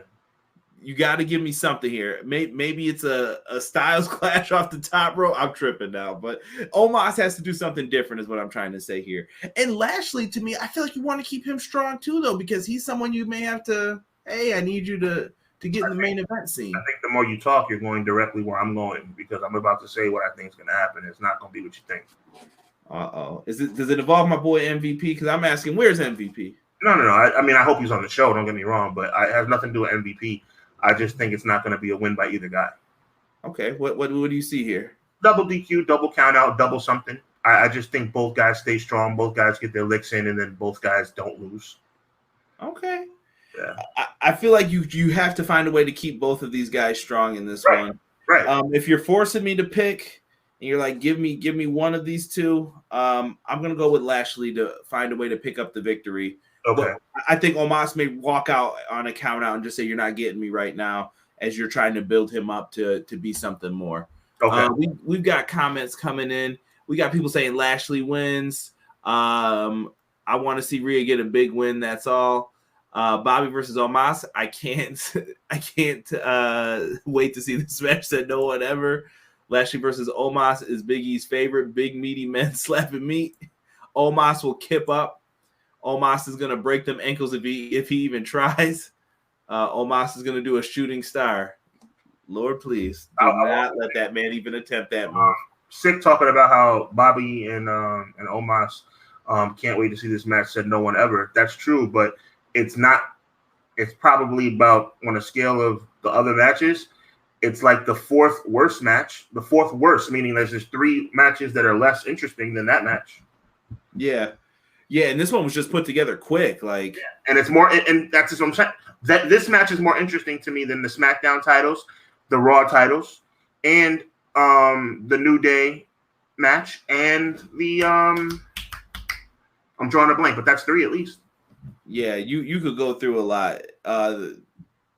Let's get into speaking of stuff done at the last minute. Omos needed a challenger, and he was asking for people to step up, and nobody wanted to fight. Didn't Seth Rollins need a match that week, Sean? Didn't he? Why couldn't he say, Omos, let's have a match at WrestleMania, you versus me? He could have looked crazy doing that. Yeah, that would have been great. But instead, we're getting this build up. Seth is facing a mystery man. Now, this is supposed to happen on night 1, but I have a crazy theory for what could happen here. Crazy theory. Okay. I don't know if you want to go first or you want to let me get into the crazy theory. I'm on pins and needles. I want to hear what you got to say. All right. So listen, you could have Seth Rollins appear not only in night 1 with 1 match, but you could have him appear on night 1 and night 2. Hear me out. What if you had night 1, you could tease people and say, night 1, Seth Rollins has his first big match, and his opponent is, here comes the money. Shane McMahon comes out. Because you already told Shane that he was going to have this match. Remember what I told you about guys getting booed because they're not somebody else? Yeah. Remember I told you earlier about how the only time a return gets booed is when they're hoping it's somebody else? Shane McMahon will get booed out of the building. Correct. But what if you play this off, though, instead? Shane doesn't come out in his usual attire. Okay. Shane comes out in a business suit. Okay. And says, yeah, my father owed me this match, but I'm not doing that because I have a new client that works for me. Ooh. The lights go down. You know, Cody better have the AEW entrance. That's all I'm gonna say. Right. He better come out with Brandy, the dog, Arn. You better have all these little people running around in the Nightmare Family jackets. Right. You better do the whole thing and just bring it, and have Cody come out to face Seth Rollins, and they have a match. Maybe this match doesn't go too long. Maybe it's a double knockout, double whatever you want it to be. Mm-hmm. And you could have it be a draw, whatever you want. Honestly, I would just give Cody the win and keep it moving. But then what do you do on night 2 with Cody? And you could keep it real simple. Cody beats Seth. Night 2, Cody announces that on Monday Night Raw, I'm going to come out and speak for the very first time. But when I come out to speak, I want to address Vince McMahon to his face in the ring. You have to have a hook for Monday Night Raw, and that will be the hook, and say, I want to speak to you, Vince McMahon, and I don't know what the angle would be because I'm intrigued. Keep going. But you could build intrigue because you're going to have him talk about AEW possibly in the ring with Vince McMahon, and people will say, what's going to happen with this? You bring some AEW fans back in, and I know a lot of people were like, man, I'm expecting you to hate on this because I'm an AEW guy, and they're like, oh, I would expect you to hate this because Cody's going to be back and doing this thing. No. This makes things better. WWE needs something intriguing. You hear how the chat's talking about the show. You hear how Sean's talking about this is boring. They've got nothing going for them. You better scoop up some of these AEW talents when they become free. You better find a way to lure some of them over that you really like and want. Dangle that carrot. Reel them in because we need something fresh in WWE. The problem is no one trusts their writing at this point. Cody is your key to getting everything. Cody's your key. If you want MJF, he's good friends with Cody. If you want, I'm trying to think of some other talents we've heard that they want. If you want Brian Cage, you could probably use Cody and get to him that way. If you want X, Y, and Z, you can get them from Cody. If you wanted Red Velvet, Cody's got the key. He holds the keys to a lot of doors, but you can't screw up Cody then. Right. So the ball's in your court, WWE, because the moment you mess up, Cody's just going to look and just say, yeah, it was fun. Cool. Thanks for the money. See you later. Right. So you got to give him what he wants. What are you seeing for this match, Sean? I mean, I have a sneak. I mean, up until a couple days ago, I thought it was going to be Cody versus Seth, but now I'm thinking it's going to be a really disappointing. Yeah, I think it's going to be a really disappointing thing. And the problem is, I'm a huge Shane McMahon fan. Like, I've always been a major fan of Shane O'Mac, but I think it's going to work out negatively. I think Shane's going to come out, and I think we're going to get through WrestleMania. I think we're going to get through both nights of WrestleMania, and Cody Rhodes is going to be nowhere to be found. I hope I'm wrong. I'm holding out hope until the Raw after Mania. If I don't see Cody by Raw after Mania, this ship has sailed. Yeah. It's gone. Because the whole world knows he signed already. It's common knowledge he signed. So when they were trying to get Stone Cold, the Cody news overtook that. Yes, it did.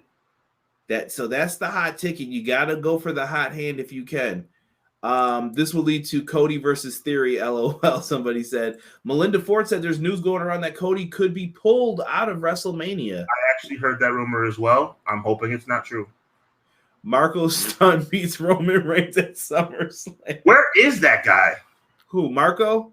Yeah. Marco's contract is quietly being kind of...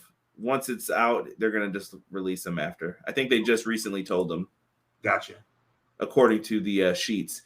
People are saying, here comes the money. Yeah, Cody's coming back to WWE after helping start up WWE's biggest rival. AEW is probably the most interesting out of all this. I think they're going to waste him, though. Goodbye, Cody. Hello, Stardust. You know what? people keep, and it's funny, he said, big shout out to Sick for saying that, but like, honestly, I think people are I'm saying that correctly, overestimating WWE. There's no guarantee that Cody, the only thing that's on paper is how much he's getting paid. I don't think Vince McMahon is ever going to give anybody creative control. I don't think Vince McMahon's built that way. And I'm telling you that there's a distinct problem, except maybe Brock Lesnar. But at the end of the day, who knows? Like, you can see Cody Rhodes be dashing, or you can see Cody Rhodes be Stardust again. I don't put anything past Vince. You never know. Like I said, you have to do this right, though, or you're never going to get anybody to come over to your side. Got to do it right. And Cody, and you know what? And I'm disappointed in Cody too. Like, I feel like Cody. We all talk about, you sold out. You sold out. It goes all the way back to the NWO and Scott and Kev going to WCW. But this is a real sellout to me. To me, Cody Rhodes was misused and underutilized and underappreciated in WWE for years. And then he leaves and essentially, not legitimately, but essentially, in theory, helps build, well, no, not even in theory. In actuality, he helped build AEW. He wasn't really like the owner or anything, but I think he was a legit executive VP. I think he had legitimate pull in the back. He built AEW, created, and then you go back to the company that misused you. Like, he kind of did sell out. Agreed. And I wonder what could have enticed him. And Six said, I want to know what happened to cause him to jump ship. Me too. Somebody said, just don't let it be Seth versus Oldberg. I think if anyone other than Cody comes out, Sean has articulated it perfectly. They're getting booed. You are going to get dumped on no matter what. So if Vince calls you, just know you're taking the check, get in your car and go home. And don't look on Twitter or social media that day, because there ain't nobody loving you. They're going to be like, remember when Rey Mysterio came out as number 30 in 2015? That poor man got booed and he did nothing wrong. He was like, what's up, y'all? New mask. You're not Bryan Danielson. Get out of here. Cody Rhodes, the way, it's 2022. We all have access to the internet, and especially people like myself, Conrad, we do our homework. We take it very seriously. We look into these things. We scroll the rumor mills, and then it became common out. Cody is. Let's make this perfectly clear right here on EPW. Cody Rhodes does belong to WWE right here and now. He is signed to WWE. Make no mistake about that. Them not bringing him out at WrestleMania is just a decision that's just going to piss people off. It's not if. Cody is WWE right now. So it's just a concerted effort on Vince's or whoever's part to not bring them out if they don't bring them out. Right. E saying Cody saw the writing on the wall with Punk, Cole, and Danielson, and people coming in. It's way easier to get the strap in WWE with all the middle-aged guys, part-time and prone guys. This is about money, and maybe Cody didn't. Money. It's money or creative. It's always that usually. No, but I can't even believe it's creative, bro. I can't believe that Khan was that much. Let's say Khan and Cody did have problems, right? They couldn't have had problems that bad. They couldn't have had problems to the point where Cody, what was Cody going to be fighting on the opening match every single night? There's no way that Khan had those kind of problems created. It was all about the money. Yeah. Maybe he thought he was going to get a bigger contract, but Punk came in, Danielson came in, Adam Cole came in. This started to change the game. This is why some people are getting released now. The talent pool is better. He's going to have to pay more money if these guys become available, and he can't just keep holding on to people. This is business. And I also want to be fair, Conrad, and I want to say, because I'm a fan of Cody, even though I'm saying he sold out, that doesn't mean I'm any less of a fan. If Cody Rhodes sat down at the negotiating table and Khan wrote down a number that was just insulting to Cody Rhodes, then you have to do what you have to do. You still have a family to feed. You have a new baby, you have a wife, you have a family to feed. I'm never going to knock anybody from putting food on their family's table, okay? But I can't imagine that Khan would write down a number that would be insulting to Cody Rhodes. I mean, yeah, Cody, here's $75,000. I doubt it. I just doubt it. Right? People are saying the EVPs were getting paid. Cody had like 3 reality shows. How much money do you need? Someone said, I don't think it's all about money. All the money he probably inherited from his father, plus his indie money. I think it's a respect thing with Cody and Khan. Could be that too. I mean, we don't know. And I'm sure one day we'll hear it. It's a respect thing with Cody and Khan, but I think it's a respect thing as far as the number that was written down on that figurative table that he slid across. And he opened up that piece of paper and he did not like what he saw. Can I put another business thing out here? We're going to get to the main event after this, guys, so don't worry. But the last thing I want to say is, remember the rumors of there were beef amongst the EVPs. I think that's been certified, signed, and sealed, notarized at this point, because Kenny and Matt Jackson were liking tweets where they were showing Cody saying, I want to be in AEW forever. I told Tony Khan this is the place where I want to be. And they were liking those. And rumor said they all had beef with each other. And Cody was the odd man out. Like, he wasn't in the elite anymore. But those three still stuck together. Very, very funny how that happened. And that's when they all started to lose power within it. And Tony Khan said, I'm taking this from you guys because I don't know what's going on with some of these things. Right. Interesting. Possible. If I were a betting man, I would not believe that Cody left basically the house that Cody built over anything short of an insult. It would have to be an insulting offer for Cody. I believe Cody got an insulting, disrespectful, in his mind, disrespectful offer and said, okay, I have to feed my family. I have to go. Right. Khan offered him a handshake and a hot dog. I think Cody felt he could have gotten more credit for AEW. I've heard rumors of that too, that they don't like all the titles Tony puts on his name. I mean, hot dogs are good, somebody said. Listen, it's main event time. Yeah. We got to talk about it. It's the match that I think everybody's buzzing for. It's the unification. I think that's what it still is for both of these titles. That's what I'm hearing. Yeah, but I've heard rumors that it's not like they're going to keep 2 belts still. I don't know what they're doing here. Okay. But Roman Reigns, Brock Lesnar. This is the biggest match you could probably do right now. And this is the 3rd time. This is getting the Austin Rock treatment, Sean. You don't see that too often where you see a match happen like 3 times. No, you don't. And like I said earlier this evening on your show, it had to be something that they brought to the table that would make it worth 3 times. Austin Rock won. Great analogy, by the way, Conrad. Austin Rock won was just basically the 2 young stars. Austin wasn't particularly young, but the 2 number 1 and number 2 guys in the industry going one-on-one. It made sense. They both came up together in WWE. They fought at WrestleMania 15. 17 was supposed to be Rock's redemption, but it turned out to be Stone Cold, turning on him. It was no DQ. It was Texas. Even though I didn't like how that match ended, it still made sense. Austin Rock 3 was about Rock's redemption, finally getting Rock's redemption, and beating Stone Cold in his final match. All 3 matches, for whatever purpose, made sense. People fail to realize, Conrad, and I'm sure you have, but just in case you haven't, people don't understand that Roman Reigns has never beat Brock Lesnar at WrestleMania.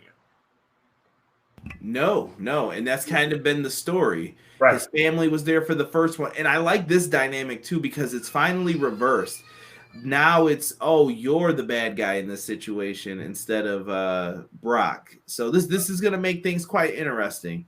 Yeah. I think this is going to be one of those slobber knocker type matches. I think it's going to have to be hard hitting, and they're going to have to keep it a stack. I would even appreciate if maybe Brock did a little more wrestling than usual in this one. Mm-hmm. When the match was first announced, and we saw the kind of writing on the wall, when it looked like it may be a unification situation, some of us were a little bit skeptical because it would take one title out of the picture as it relates to another title match.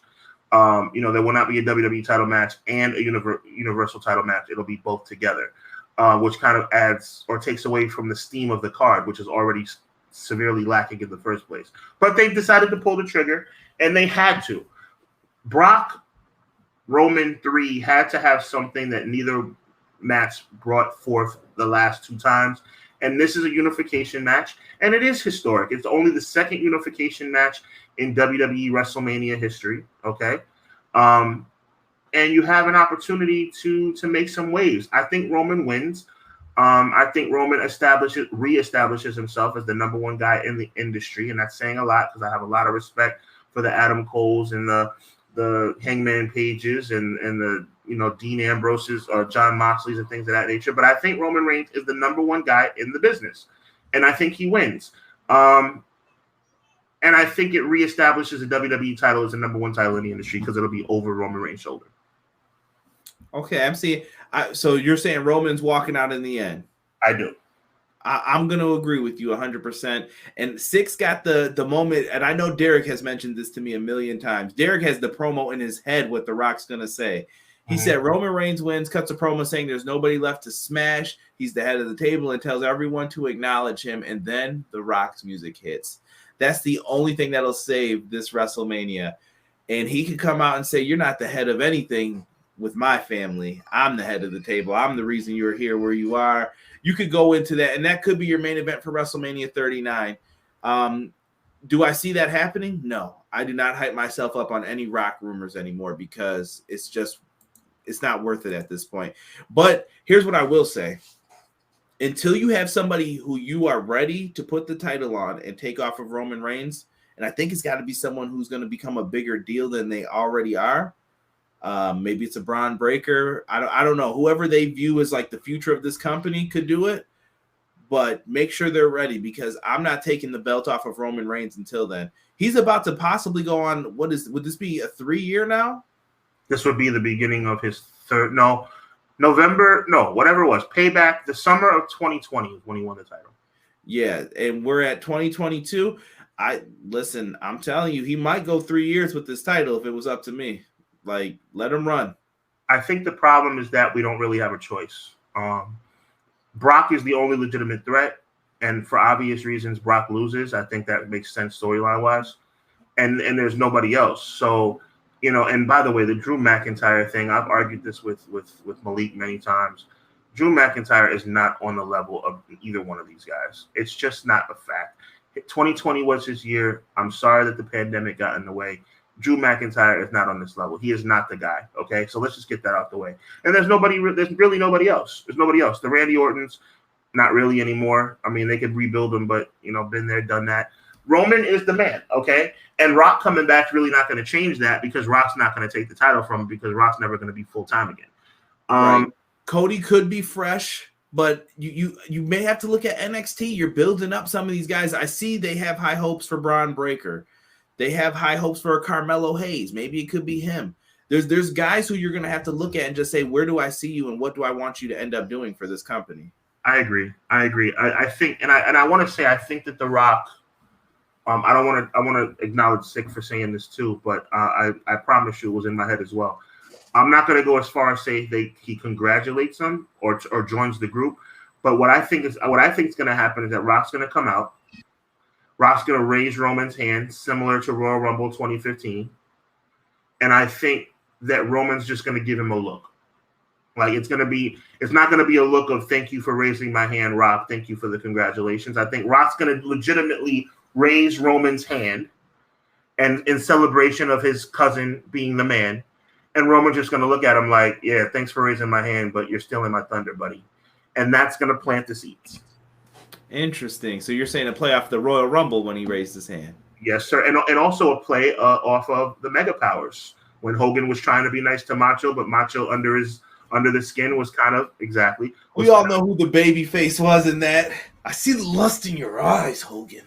Would you like my WrestleMania 5? It's going to take less than 2 minutes. My WrestleMania 5, the way it should have been. Macho Man should have won that match. I'm with you. Macho Man should have won. But no, it's going to be, and I want everybody, I challenge everybody on this wonderful show that's listening right now and who will be listening in the future to please go and watch Survivor Series 1988. And it'll give you an exact depiction of the type of hand raise and look that I'm talking about. Macho and Hogan had just won the Survivor Series. Hogan raises Macho's hand with Elizabeth in between them.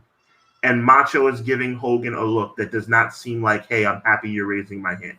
That's what I'm talking about. It's going to be a very subtle, if Rock shows up, a very subtle, like, innuendo. And it's going to be where Roman think, hey, this is my moment. What are you doing here? And it's going to plant the seeds.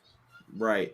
And what I love too with the Savage and Hogan thing was every pay-per-view there was something slightly he did, eliminate him from the Rumble. Yes. And it was he helped Elizabeth up and put Elizabeth on, and he watched the hand placement like, why are you touching my girl's back? Yeah. Touching my girl's booty. You was a little too close, bro. What you doing? That's what I'm talking about. See, I knew you'd get it. And Rob's, dude, honestly, that's top 5 greatest storylines ever in WWE history. Yeah. Rob says Hayes, Grimes, and Steiner are the only guys worth investing in your time down in NXT these days. Matt Lopez says I've seen SummerSlam 88. Let's go. But listen, not only have you seen SummerSlam 88, but I think you guys need to subscribe to Hubbard Wrestling Weekly. He covers all of combat sports. If you're into boxing like I am, Sean is my number one primetime guy to listen to talk boxing. He gives great analysis, has interviews with a bunch of people. You got to go check out his channel for that. He's part of the Fight team. He does giveaways, podcasts for them as well. He's doing a lot of great work out there. So please go to his YouTube channel, subscribe to his audio platforms, and support this brother, man. I thank you for that. I'm truly humbled by that. I get real loud and real excited when we're talking about this stuff, but I get real quiet and real humble when you big me up like that. I'm just a humble man using the gift God gave me. I love the sport. I love combat sports. I'm a fan. That's where it all got started, just like how you got started. And I'm just trying to share love with the people, man. So thank you so much. But this is our WrestleMania preview and predictions. I look forward to it. We're going to try to bring you guys a review on Saturday and Sunday following the shows. We will be up for that. We're still discussing Monday Night Raw. We should be able to do a review for that one because it's the Raw after Mania. And I'm telling you guys now, if you're not subscribed to the audio versions of the show, please do that. You may get a little ROH Supercard review afterwards. If I got some time, maybe I'll talk some Dynamite. Maybe we'll get some NXT in there. But if I'm able to do it, it's just going to go out on those. It'll probably be something short. So make sure you guys are subscribed to the audio platforms. For myself and my partner in crime in this one, Mr. Sean Hubbard of Hubbard Wrestling Weekly, we are out. Thank you for joining us. 1. Everyday pro wrestling, they can never be you. Listen to the podcast for the people, the best show that's here, so listen in. Let the knowledge begin, the opinions, the lesson, yes. By the fans, for the fans, not many in this can understand, this the podcast to show you who I am, Conrad Cushman, the legend in the plans, please listen every day to the showcase, the opinions and knowledge that anyone can take, showing you how it is done, proving I am number one, what a legend becomes. This is now my time to show you that I am here. This podcast just to make it loud and clear. By the fans, for the fans, Not many whose head can understand everything pro wrestling, they can never be you. Listen to the podcast here for the people. The best show that's here, so listen in. Let the knowledge begin, the opinion and the lesson. Yes, everyday pro wrestling, they can never be you. Listen to the podcast for the people. The best show that's here, so listen in. Let the knowledge begin, the opinions, the lesson. Yes.